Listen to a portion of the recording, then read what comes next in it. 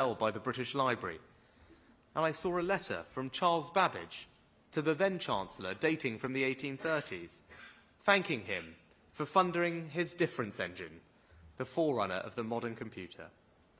That was a decisive moment. The British government broke with the conventions of the time, and for a decade backed this breakthrough technology.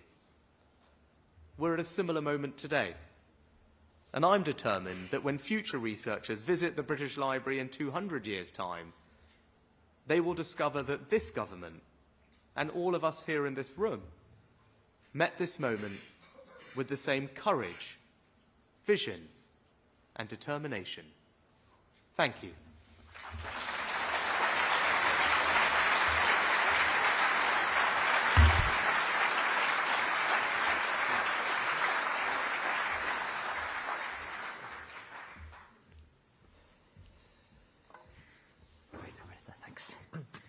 Well, thanks for being here, Prime Minister. It's fantastic to hear your enthusiasm for AI and the role the UK can play on the global stage to steer it successfully for the world.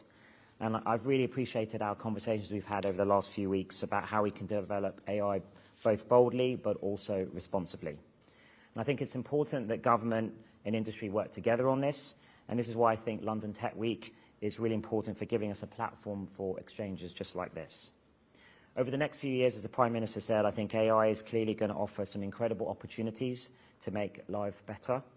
And at Google DeepMind, we're particularly excited about how AI can help advance science and medicine, the energy transition, and improve the lives of billions of people.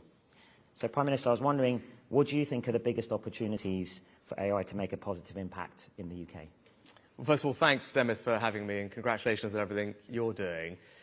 I think if I think about it, there's the obvious economic one. I talked about AI being a general-purpose technology, and this idea of every job essentially having AI as a co-pilot, just making everyone's job a little bit easier, a little bit more productive, and that replicated across an entire economy obviously has enormous potential to change how we do things. So I think that's probably the first one. Beyond that, in public services, health and education, I think in health, we're already seeing the promise of what AI can do, whether it's new drug discovery or helping doctors do surgery more accurately and faster, or indeed detect cancers and other things much earlier than they otherwise would. And we're just at the beginning of the innovation that's happening. There's something you know well with AlphaFold on the drug discovery side. So that, to me, seems potentially transformative. And education is the thing that I'm most excited about because it's the thing I'm most passionate about. I always say that there's not many things that are silver bullets in public policy, but world-class education is probably the closest we have to it. It's the best way to spread opportunity, to reduce inequality. And the power of AI to reduce teachers' workloads and burdens, lesson planning, marking, but also to provide personalised learning for each individual, which we know when it comes to tutoring is so powerful. Now, technology holds out the promise that every pupil, every student, having a personalised tutor, I think that potentially is just extraordinary in terms of the good it can do. So those are probably the things that I'm most excited about. Yeah, it's fantastic. I mean, I agree with all of those things, and I think this is the potential, actually, specifically in the UK and also London, of fusing together AI with all of the great strengths we have in many other sectors, like fintech and biology, like you said, gaming, all of these other sectors where AI, I think, can have some massive transformations. So how do you think the UK, we can make the UK the best place in the world to both start and scale up tech companies? I hear this a lot. I think the first thing to say is we're already a great place to scale up a tech business. And I mentioned the stat in my remarks. If you look at the last decade, more unicorns in this country than anywhere other than the US and China. So I think that's a pretty good record and a good base for us to start from. But obviously, we need to keep doing more. We need to keep pushing ourselves. The first thing is people. I think there's an extraordinary stat. Something like half of all of our fastest growing innovation businesses have a foreign-born founder. So that tells you need a visa system that attracts the best and the brightest to the UK. And I think we've got one, whether it's the new scale-up visa that I introduced as Chancellor for companies who are scaling up to be able to get the talent they need, whether it's our innovator founder visa, which is globally extremely competitive, or the high potential individual visa that I created, which essentially says if you graduated from a global top 50 university, just come to the UK.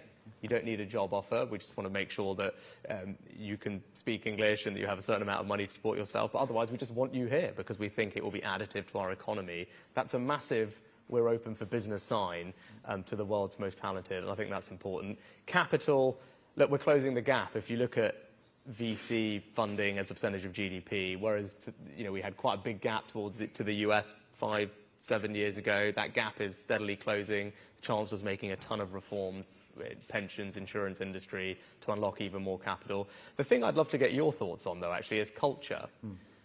Because I took that from my time living in California. You obviously know that well as well. Yeah. And the government can do all these things, but fundamentally it requires the entrepreneurs to just keep going, to be not content with building the £100 million business and then the £1 billion business, but just to keep growing. And that I found in California is very much the attitude. It's just the sky is the limit. Everyone thinks they can create a $100 billion company, and actually, changing that culture is tough for government to do. But I don't know what you think about that. Yeah, that's a harder bit. I totally agree. I mean, I've seen the whole actually transformation in the last. When we started DeepMind back in 2010, and things were very different then. I remember our first investors, who were US based, and we had to go to the US to get our first investment, were sort of suspicious that you could build huge deep tech companies anywhere other than Silicon Valley, and I wanted to prove that that could be done. And I hope we played our small part in making that easier now and I agree with you, the environment's transformed completely from back 10, 15 years ago. And I think it is a lot easier to start and grow very difficult and very meaningful deep tech companies. So, it's been great to see that, and I think there's a huge opportunity from here. And I also agree with you that we have to be open to talent from internationally, and I think the UK does really well on that. Yeah. So, you mentioned Babbage in your opening remarks. He's a great hero of mine, but the UK has always had a rich science and tech heritage. How do you think we can sort of build on that into the future? And people like Alan Turing, it's amazing, and Ada Lovelace, amazing history we have on AI specifically, actually, but computer science in general. Yeah, I mean, and it goes even broader than that. I mean, you think about the Industrial Revolution. I mean, just the number of inventions that happened here, right? Whether we all kind of obviously know about steam and then the forerunners of electricity, but mechanizing textiles, a new process to make steel. You can go on and on. I think even the lawnmower was invented during that period, right? So that's our heritage. I think actually the slightly kind of the more interesting things, if I think about going forward, are twofold. One is our approach to regulation. I think there's always, when it comes to technology and new businesses, this balance to be struck between regulation that supports innovation but puts appropriate protection in place. And I just think the UK has a track record of getting that balance right, and not everyone does. But I think the other thing, which probably is only going to become more important, is the fact that we're also a global powerhouse when it comes to the creative side of things. And the creative industries in the UK are going like gangbusters. I mean, growing twice as fast as the economy. You think the amount of awards we're winning, post-production, pre-production, you name it. I mean, this is a creative industries powerhouse, and not just film and TV, but everything on advertising, marketing, and all the rest, gaming, as you mentioned. And actually, I just think as technology infuses the creative industries far more than it has in the past, again, that just plays to our strengths, because there are very few countries, if any, which punch at the weight that we do when it comes to creative industries, and I think that is a unique strength that we have, actually. Yeah, I agree. And just going back to what you said earlier of also it's just about having the ambition to play at that global stage. I think that's something all the entrepreneurs in the audience can do more of. And again, I think probably something you learned over at Stanford and Silicon Valley, and I've been learning as well since interacting with Google. And just we have all the ingredients here. We've got amazing world-class universities, incredible talent pool, incredible heritage. We've just got to go for it. Yeah, I think that's right. It's about confidence, right? It's about ambition, having the confidence that you can realize those ambitions. And success breeds success. Your example, DeepMind's example, will hopefully inspire others maybe here today. And when we're here in a couple of years' time, we'll be celebrating the next DeepMind. That's how this is meant to work, right? Exactly. So AI is, we've been talking about AI is obviously a huge strength for the UK, but of course we're also very good at many other technologies too. What other things excite you? So I think the things, if I think about the big growth industries in tech, AI, semiconductors, we talked about engineering, biology, quantum. those are probably the tech sectors that I think we need to make sure we're well positioned for, and I believe we are. Of all of those, I think probably life sciences is the one that is particularly exciting. And yes, we have Europe's biggest life sciences industry. We've got an incredible research base. But you saw during the pandemic, not only to be able to create a vaccine here, we also had a regulator that meant that we were the first place to approve a vaccine as well, and it showed that agility that I think the UK is known for. And then you combine that with the unique strengths we have with the biobank and genomic sequencing. I mean, you know this probably better than me, so it'd be interesting to get your perspective. When I talk to people around the world, that's an asset, the biobank with its 500,000 high-quality database, and our strength in genomic sequencing, it doesn't exist anywhere, right? So when you think about drug discovery or how can we push the boundary of what's possible in health, combined with what you've done at AlphaFold, that seems to me to be incredibly exciting. But look, you know this very well. Sure. No, I 100% agree with you. I think that is the most exciting opportunity, both, commercially and also for the good of the world, is what we like to call digital biology. I mean, the advent of a new era where you can do a lot of the exploration work in silico with things like AlphaFold, and we spun out a new company called Isomorphic to sort of build on AlphaFold. AlphaFold is, finds the structures of proteins, but that's only one small part of drug discovery. But I think that AI technologies and computational technologies are going to revolutionize drug discovery and healthcare over the next decade. So we're well positioned, I think, in the UK to take advantage of that. Yeah, and it's what you were saying earlier. It's the application of things like AI to all these other industries, and it so happens that we're pretty good in some of these other areas. Yeah. So when you put those strengths together, I think great things can happen here that are not just good for the economy, right? As you said, it's great, creates jobs, creates prosperity, but these are things that can transform society. I mean, that's what's incredibly exciting. Yeah, fantastic. Great. Well, I think we got a few questions from the audience. Yeah, so we got some time to take some questions from the audience as well. So let's crack on. Who's got some questions? Anybody? Yes. Do you want to introduce yourselves as well? Hi there, I'm Laura. Thank you so much for that address. Prime Minister, thank you for your incredibly modern and innovative approach. Demis, you have global impact, and yet we're so lucky to have you in the UK, so thank you for choosing the UK to build your business. My question is one around scale and pace of innovation and the regulatory framework. So we know that because of the pace and the scale, international collaboration, as we saw with the vaccines, international collaboration is so vital for our UK businesses to drive and adopt modern technologies, not just AI, but the ones you mentioned before. So how in the UK are we planning to embed a regulatory framework that can drive innovation and yet at the same time balance, I think, some changing regulatory dynamics globally? Zara, thanks. It's not a formula, right? But your question is exactly right, and it's what I touched on. It's getting this balance right between protection and safety and guardrails, but not throwing the baby out with the bathwater and making sure that we continue to promote innovation. Now, I said it's not a formula. It's just a way that we approach these things. I think it comes, as I said, it probably stretches all the way back to the Enlightenment, right? The Industrial Revolution and our approach to these things, which is probably just in our cultural DNA, which is a great asset for the UK. But I think we approach things with a principles first logic, which I think is right, and I think that really helps us get the regulation right. I think we're big on engagement, right? You're sitting next to Chloe, who's superb. I'm someone who takes this stuff seriously. So you've got a government that is focused on engaging with industry to make sure that we understand how the innovation is happening, to make sure we're creating a safe space for it to happen. Regulatory sandboxes are a good example of that. In fintech, Demis mentioned that as one of our strengths. The FCA was, I think, the first regulator in the world to create a regulatory sandbox. That's now becoming a scale box. That's been exported around the world. So look, I think that we've got a good track record in doing that. I think the other thing I'd say is we've got to make sure that the incentives and the environment is right to diffuse the technology across the economy, because it's no point we create these things and they don't get spread so that the benefits are not realized fully. And I think that's actually something that we probably need to do a better job of.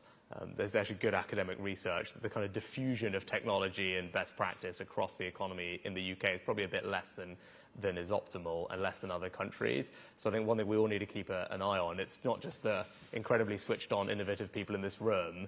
We just got to figure out how we spread that mindset to every small and medium-sized company everywhere in the country, because that's how you really get the benefits of these things realized. I don't know, Dennis, if you Yeah, just to sort of touch on the point of international, I think international cooperation around AI is going to be critical. It's just, far too big a technology for one country, one company.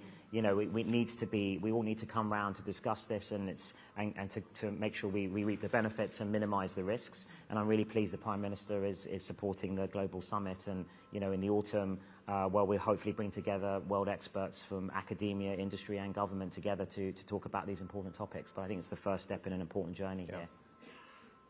Thank you. Right. We got any other questions? Who have we got? Is the lady there? Yes. Yeah, hi. Good morning, Prime Minister. Thank you, Demis, as well. I'm Erin Platts, CEO of the HSBC Innovation Banking in the UK. So a very special day for us as we launch our new brand. And it's clear through what you covered that we are all aligned in terms of wanting to make the UK the best place to start, scale, and invest in innovation and life sciences businesses. But can you talk a little bit more about what this ecosystem should expect over the next 6 to 12 months, perhaps in the areas of scale-up capital, procurement, to ensure we continue on the journey to be a global superpower? Yeah, thank you, Erin. But also thanks to HSBC, because I remember that weekend vividly with regard to Silicon Valley Bank, and it was great that we had an institution that was prepared to step up quickly to work with the government and other partners to come and rescue it and make sure there was continuity of funding for our ecosystem. I think you and your company deserve enormous credit for that, and it's great that we're here celebrating the launch of HSBC Innovation Banking, which hopefully can become a big global brand and business supporting technology businesses. So thank you. What can you expect from us? I think you can expect responsiveness, as I said, a government that is listening and engaging, a government that gets it, because that's important, but also a government that's working at pace, right? I mean, we are not in the business of resting on our laurels. I think we get that all of this is moving at a pace that means government has to move at that same pace. And you've seen that in the creation of this AI task force that I announced a little while ago. Now, that's going to be modeled on the vaccine task force. It's going to have the agility and the flexible kind of delegated authority to just do what it needs to do, build a leadership position in AI safety research, ensure that we have sovereign capabilities where it makes sense. So I think that's the sign of a government that's doing things differently and acting a little bit more like all of you in this room, and that's very much come from my own experience and career, and I want to bring that same way of thinking to government as well. I guess the other thing I'd say is you can see that in the businesses, that many of whom are here, who are, I guess, voting with their feet. It's great to see just the other week Palantir announcing that their global AI research is going to be done, European research is going to be headquartered in London. The Anthropic and OpenAI are joining DeepMind and having their European headquarters in the UK, and they just announced that a couple of weeks ago. And just today, fantastic news that one of the world's leading venture capital firms, Andreessen Horowitz, is opening their first international office here in the UK. And I think, why are they doing that? Partly it's because they think not all the things that we've talked about, but particularly Web3 and blockchain is another technology which has enormous promise. And they see this as a place where that type of research and innovation is going to be done in a very strong way. So I think that's all evidence of a government that is doing all the things that I said, and you can see the outcomes because I think companies are voting with their feet and saying, look, the UK is where we want to be. Good. I think I'm conscious of time, so we probably need to take a couple of questions from the media as well. So could I maybe start with the BBC, if they are here? Hello, Helen Catt from the BBC. How concerned are you about the short-term impact of AI on jobs, given that we're already seeing some losses? And is Boris Johnson undermining you, and did anyone at number 10 at any point meddle with his honours list? So, on your first question, look that's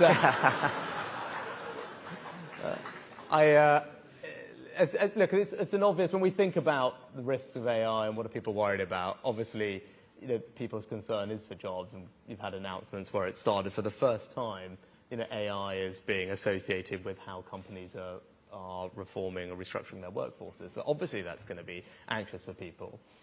Look, we've grappled with these things in the past. I think MIT had an interesting study that they'd done where they looked at all the jobs of today and discovered that I think 60% plus didn't exist 30, 40 years ago. And it's to give you a sense of something that we've had to grapple with before.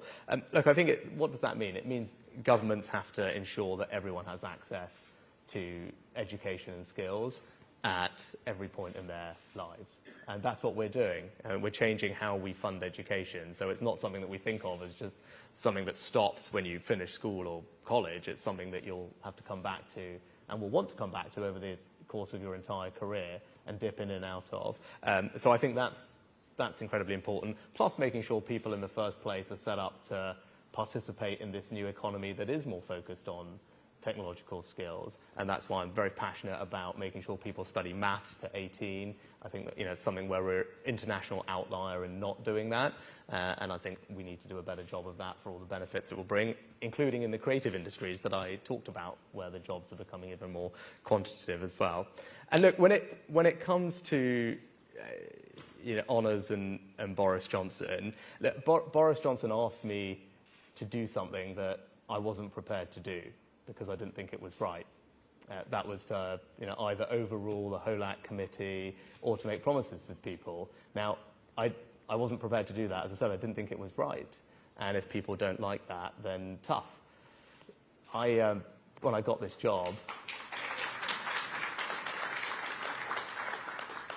when I got this job, I said I was going to do things differently because I wanted to change politics.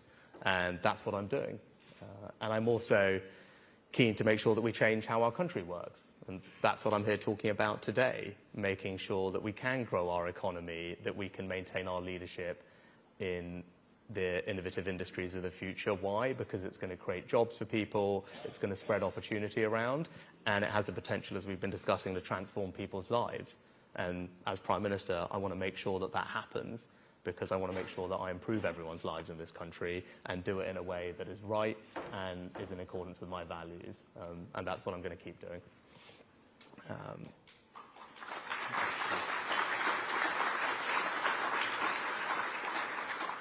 I think next we've got the Times.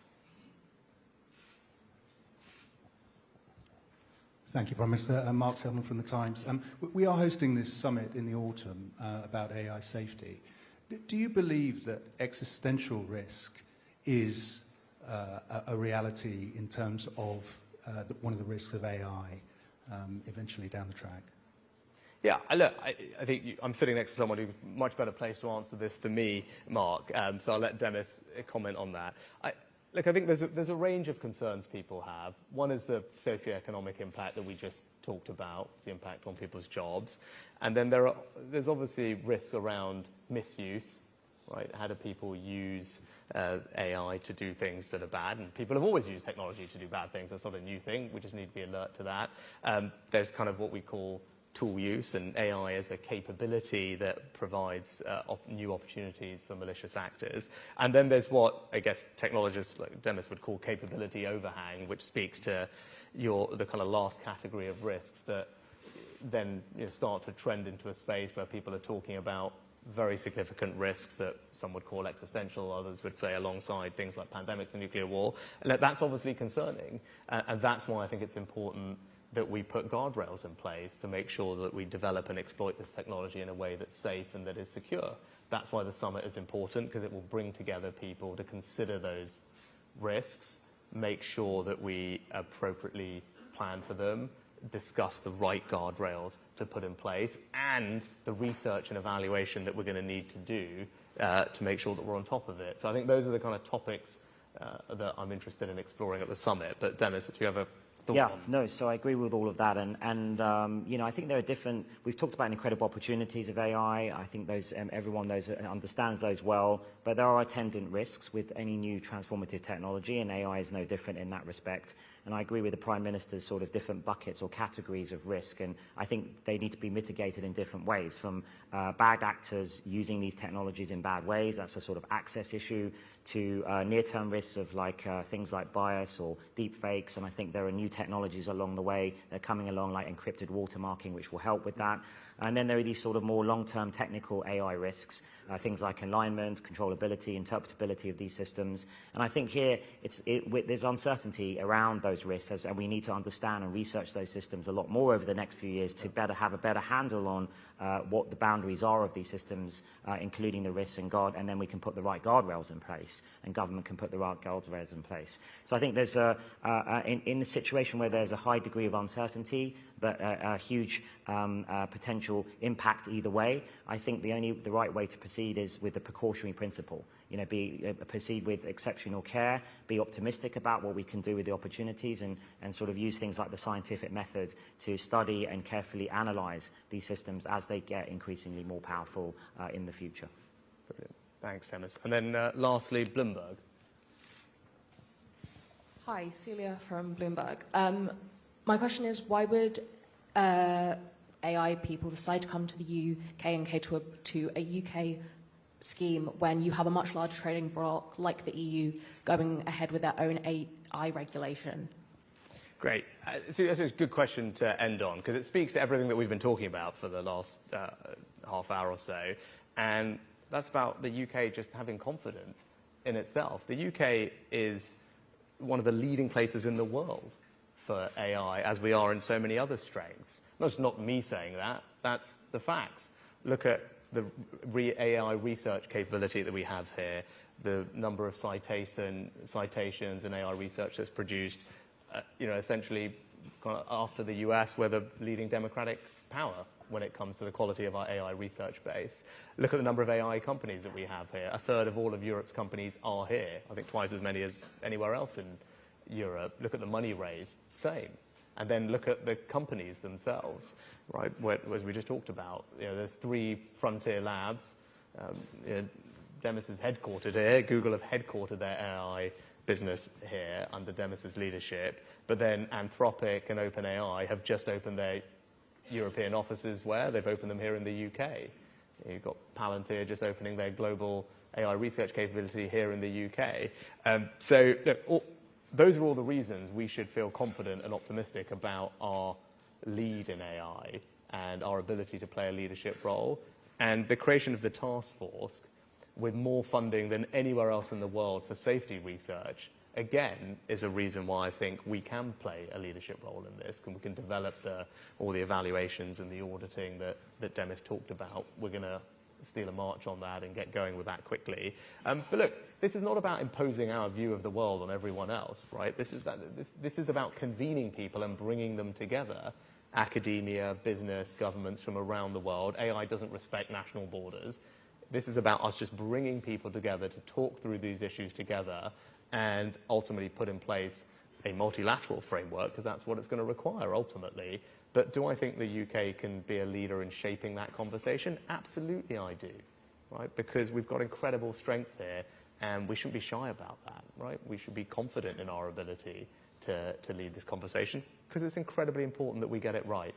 It's going to be incredibly important for the future of our country. We want all the benefits that AI can bring, but we need to manage it safely. You know, that's my job as Prime Minister, and we're going to do it working together. And I'm very grateful to Demis as well for his support. But you know, I think we can have a very exciting summit, which is going to produce some really important outcomes, not just for the UK, but for the world at large. Great. I think that's all we've got time for. So thank you, Prime Minister, for all your valuable time and support. Look forward to getting right with it. Thanks very much. Thanks, Minister.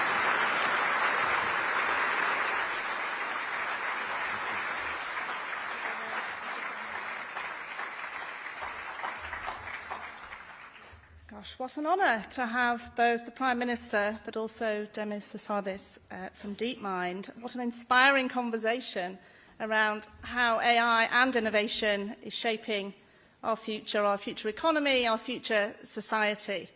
And also the the real commitment the government's making to responsible AI. I think everybody in this room is probably very much with them on that. And Demis spoke about the importance of the international cooperation. And that's why we're bringing everyone together here at London Tech Week, with over 50 countries represented this week at London Tech Week. So we're very, very much behind that agenda of international collaboration. I remember when we first co-created London Tech Week in 2014 in a really small venue in Shoreditch, probably about 150 people. But that was exactly the same time when Google acquired DeepMind and also relocated its AI Innovation Centre from California to London. That was a really smart decision for those Googlers in the room. Now we have over 1,300 AI companies in London. So we're having this phenomenal growth. So really thrilled to hear about the summit later this year as well. So my name's Janet Coyle. I'm the Managing Director for Grow London within London and Partners. So we help tech companies, global tech companies, scale-ups from all over the world to connect into the ecosystem here, to scale their businesses, to access the finance, access the talent, and to go on and to win international business. I'm really excited about this week for 3 reasons. Firstly, because Carolyn mentioned earlier, the sheer scale of what London Tech Week has become. Over 350 speakers. There's so much content for you all to enjoy. Over 50 countries represented. Over 30,000 delegates. So that's exciting on its own. But secondly, we're doing a little bit of a London City takeover. There's fringe events happening all across London, across the London boroughs. So do try, if you've got time, just to explore what's going on outside of the QE2 campus as well. And thirdly, because we have a government and also a mayor's office who are very committed to the technology sector and are very committed to the whole week of London Tech Week. And it now gives me enormous pleasure to introduce to you what I feel is the biggest champion of the best global city in the world. Please welcome the Mayor of London, Mr. Sadiq Khan.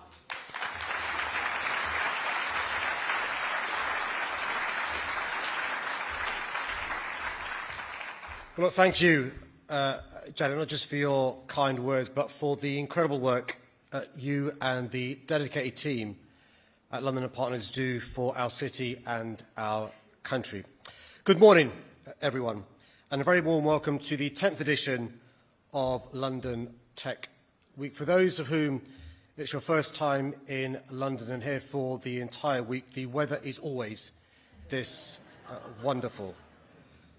And thank you to the Prime Minister. He's had quite a weekend. I've been asked to scotch any rumours that any of his words were drafted by ChatGPT.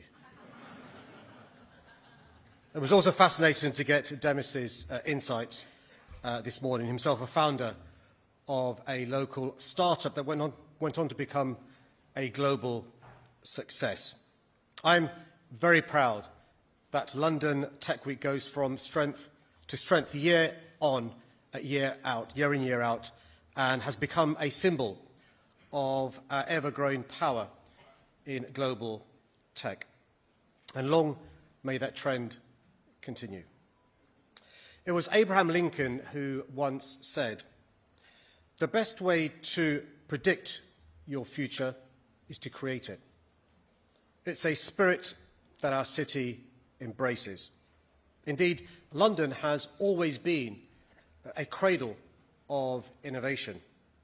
One of our greatest daughters pioneered computing science. One of our greatest sons gifted us the World Wide Web. And now a new generation are busy making their mark. What began life as a handful of startups on Silicon Roundabout in East London has grown to become one of the most influential tech hubs in the world. That success has pollinated across our capital, a fintech cluster in Canary Wharf, the West London Innovation District, here east in the Olympic Park, the Knowledge Quarter. Today, the world's biggest tech companies have come to be part of the story. Of course, none of this happened by chance. We're here in Westminster, home to our legislators, the Square Mile and Canary Wharf, home to our financiers, a short tube ride away, part of a public transport network that's the envy of all. World-leading universities, more than 300 languages spoken, and most importantly, our people, highly skilled, highly motivated, drawn from everywhere, renowned as the best anywhere. The result? London's offer to tech innovators, investors, business leaders is unrivaled.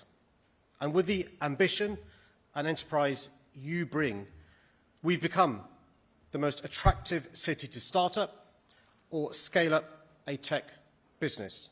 And now, the most high-tech city in the world. You know, London has attracted more new international tech companies and foreign direct investment than any other global city in the past decade. So, my message to you all is this. If you're a stranger and thinking about making a home in London, I promise that you won't feel a stranger for long. Our tech community is open, inclusive, and we have a range of bespoke support to help you get settled. And if you're already part of the family, now is the time to grow. We're already doing something special in London, but we're on the cusp of something extraordinary. We can't, however, make the mistake of prioritising scale over purpose. So as Mayor, as well as laying the foundations for your ideas and companies to thrive, it's also my job to ensure success translates into people's lives and their communities. For me, there's no more compelling way than in the fight against the climate emergency. I've made it my mission to make London a net zero city by 2030.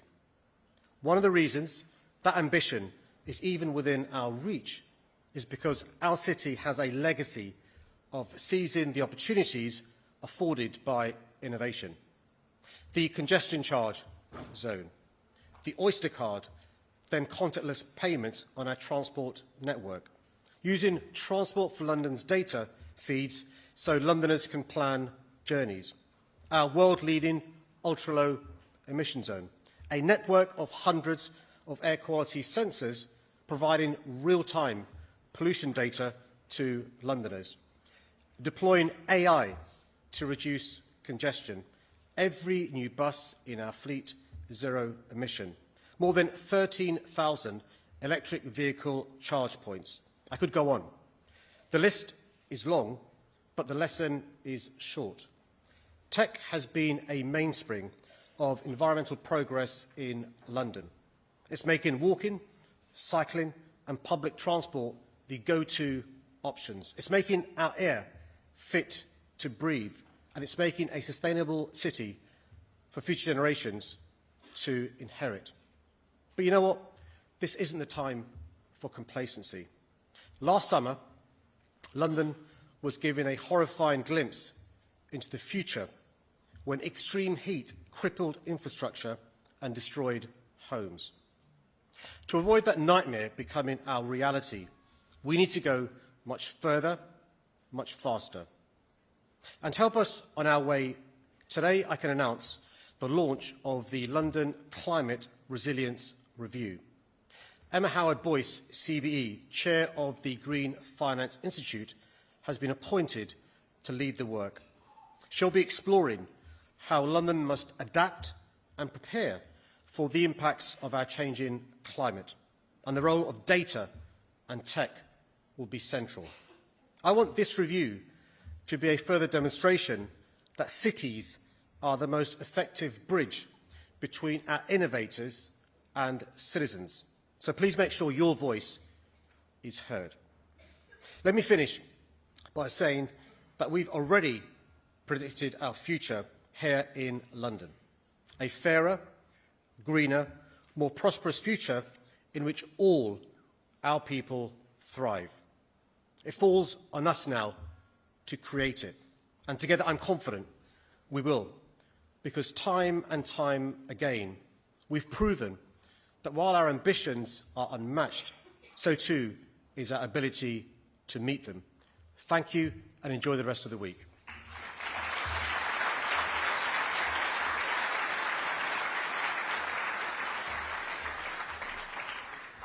Thank you, Mayor Khan. Next to the stage, we will have an exclusive fireside chat on fueling UK entrepreneurship.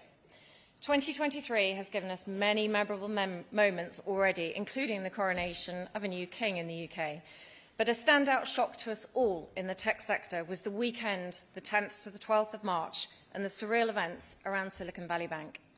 A mere 13 weeks on, lucky for some, it is my absolute pleasure to introduce you to HSBC Innovation Banking. The new brand, carefully chosen to reflect the unparalleled partnership between HSBC and what has been in the past and now surely looks set to continue to be the most trusted financial partner to the UK innovation economy, SVB UK. The combined offer of the two is compelling. Through this partnership, entrepreneurs and investors in the UK will be able to access the best of both